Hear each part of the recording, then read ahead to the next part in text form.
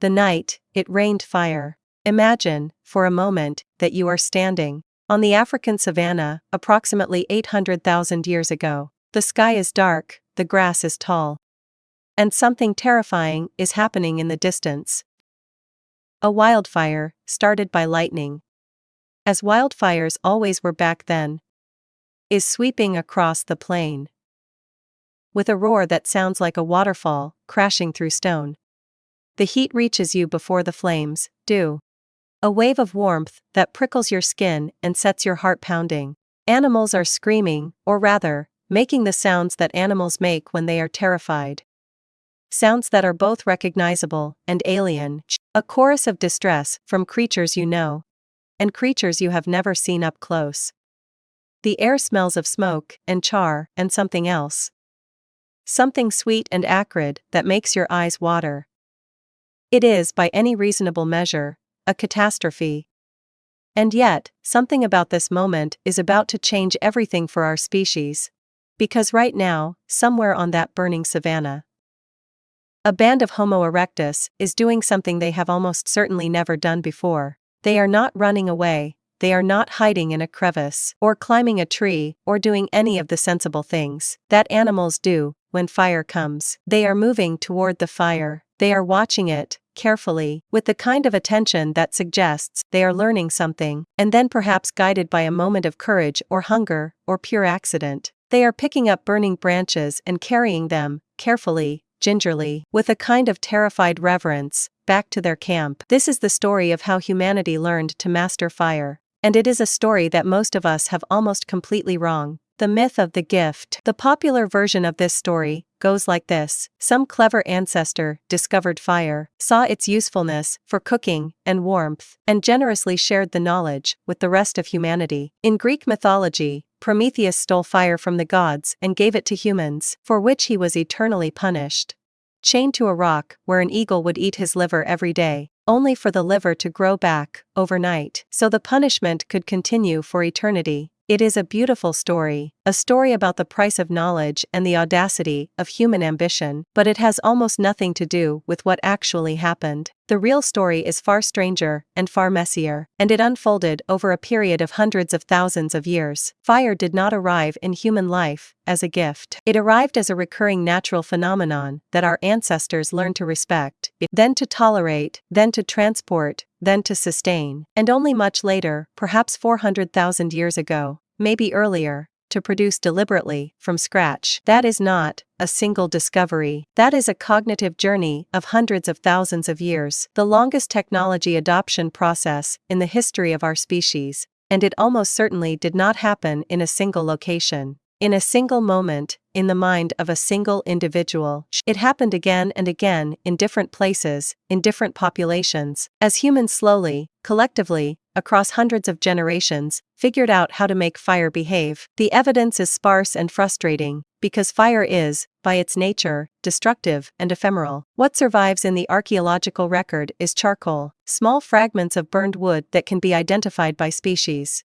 and dated by associated materials. Charcoal fragments from ancient fire pits have been found at sites across Africa, Europe, and Asia, from Wonderwerk Cave in South Africa to Zhoukoudian in China to the caves of Israel. But separating the signal from the noise is genuinely difficult. Do these charcoal fragments represent fires started by humans, or are they the residue of natural wildfires that humans happen to exploit? The archaeological debate on this question has raged for decades, with scholars divided into camps who argue passionately on both sides. What we can say with some confidence is this: by about 400,000 years ago, humans at sites like Gesher Benot Ya'aqov in Israel, a site dated to approximately 790,000 years ago, making it one of the oldest known fire use sites, were not just using natural fire passively, they were selecting specific types of wood to burn. Chemical analysis of the burned wood from this site shows a clear preference for hardwoods like oak and ash,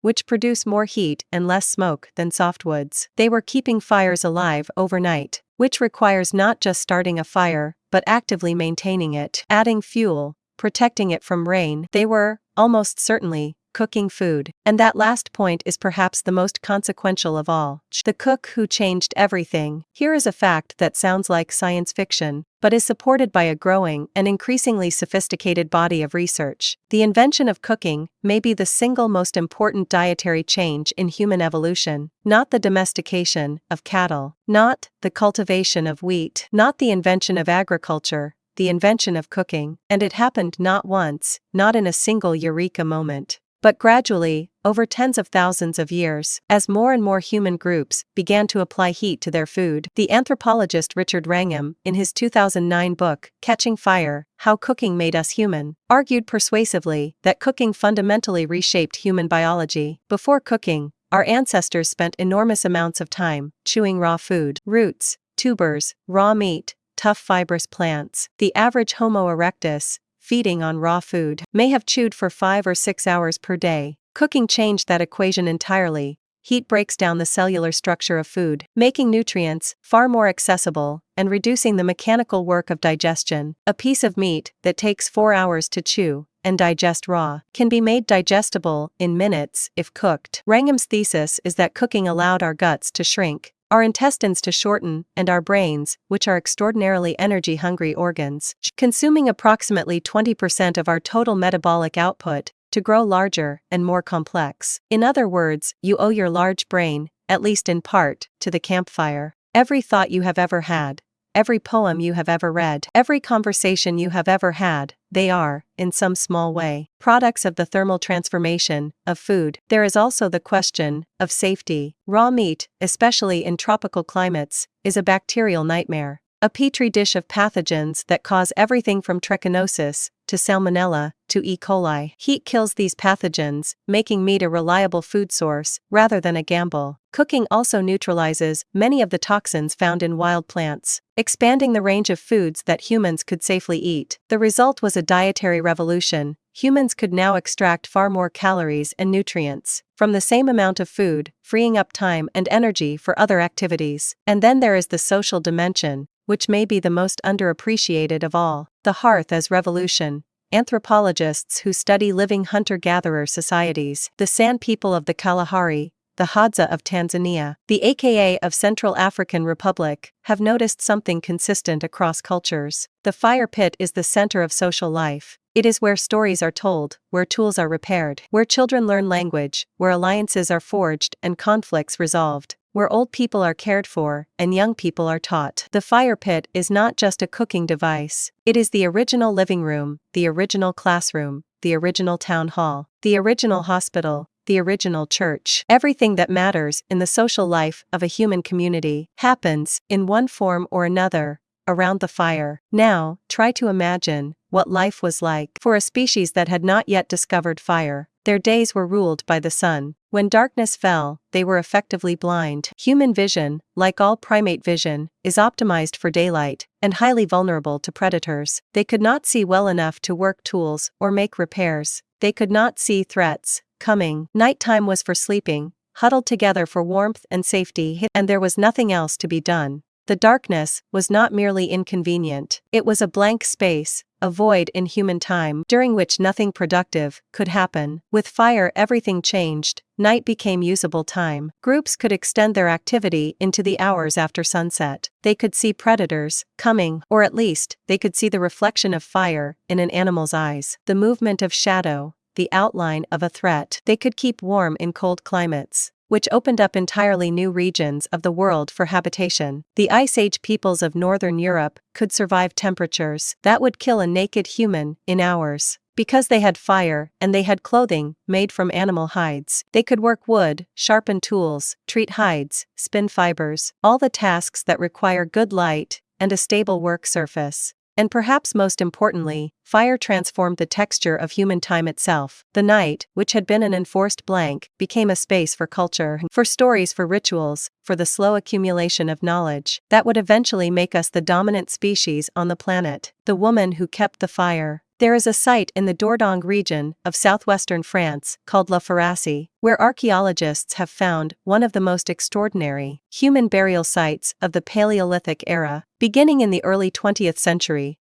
excavations at La Ferrassie revealed a series of burials At least 7 individuals, including an adult male, several women, and 2 children, buried in what appears to be a deliberate cemetery. The burials date to approximately 35,000 to 30,000 years ago, and they are associated with a tradition of carving small figurines, including the famous Venus of La Ferrassie, a carved limestone figure depicting a pregnant woman, approximately 30 centimeters tall. But La Ferrassie is also significant for another reason, which brings us back to fire. The site has produced some of the best preserved fire structures from the European Paleolithic. Hearths made from arrangements of stones that channel heat and smoke. Technological innovations that suggest not just the use of fire, but the engineering of it. These were not accidental fires, left to burn wherever they happened to start. They were designed fires, built with intention and skill, maintained with expertise, and mixed in with the evidence of fire use at La Ferrassie and other sites. At Zhoukoudian in China, where excavations in the 1920s and 1930s produced layers of ash, more than 6 meters deep. At Wonderwerk Cave in South Africa, where the evidence of controlled fire dates back 1 million years, we find the bones of people, old people, people who could not have survived without the care of others, and specifically, without the warmth and the food made possible by fire. At Shanidar Cave in Iraq, as we have discussed, the individual known as Shanidar I survived for decades with a missing arm, a blind eye, and advanced arthritis, not because of modern medicine, but because other people in his group kept him alive. They fed him, they shared their fire with him, they made sure he was warm at night. At Zhoukoudian, archaeologists found the remains of an elderly woman, given the Western name Zhangpei by researchers, though this is obviously a fiction, who had lost most of her teeth and whose jawbone showed the severe wear associated with a lifetime of heavy chewing. She lived long enough to become elderly in an era when most humans died in their 20s or 30s,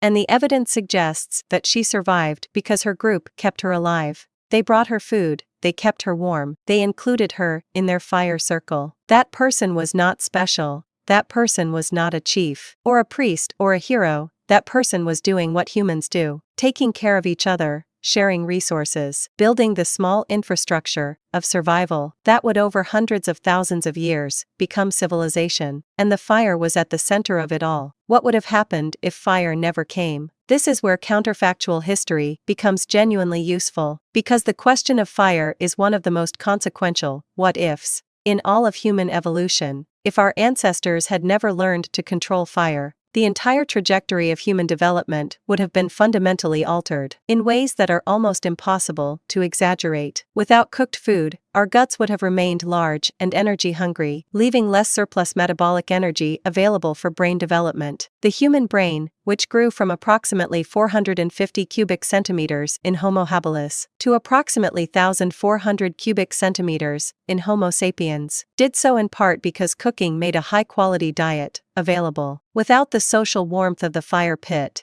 both literal and metaphorical, our social structures would have remained smaller, simpler, less capable of accumulating and transmitting knowledge across generations. Without the light of fire, the night would have remained a time of vulnerability and enforced passivity. Without fire, there would have been no Bronze Age, no Iron Age, no smelting, no metallurgy of any kind, no pottery, which requires kilns, no industrial revolution, no space program, no smartphone in your pocket, no words on a screen. Fire was not a gift from a god. It was a slow grinding, collective achievement of a species that learned, over hundreds of thousands of years, to turn destruction into light, and fear into warmth, and darkness into time. The last ember, somewhere, in some deep archaeological layer, there is a moment. We will never find it, we will never date it precisely, when a human being did something that no other species on Earth had ever done. They picked up a burning stick and carried it somewhere it had never been before. They moved fire from one place to another. They made a new fire, somewhere new, by bringing fire to that place. They did not find fire, they did not receive fire, they transported fire, and in doing so they became, for the first time in the history of life on Earth, a species that was not limited by the natural distribution of flame. That act, that small act, that terrifying,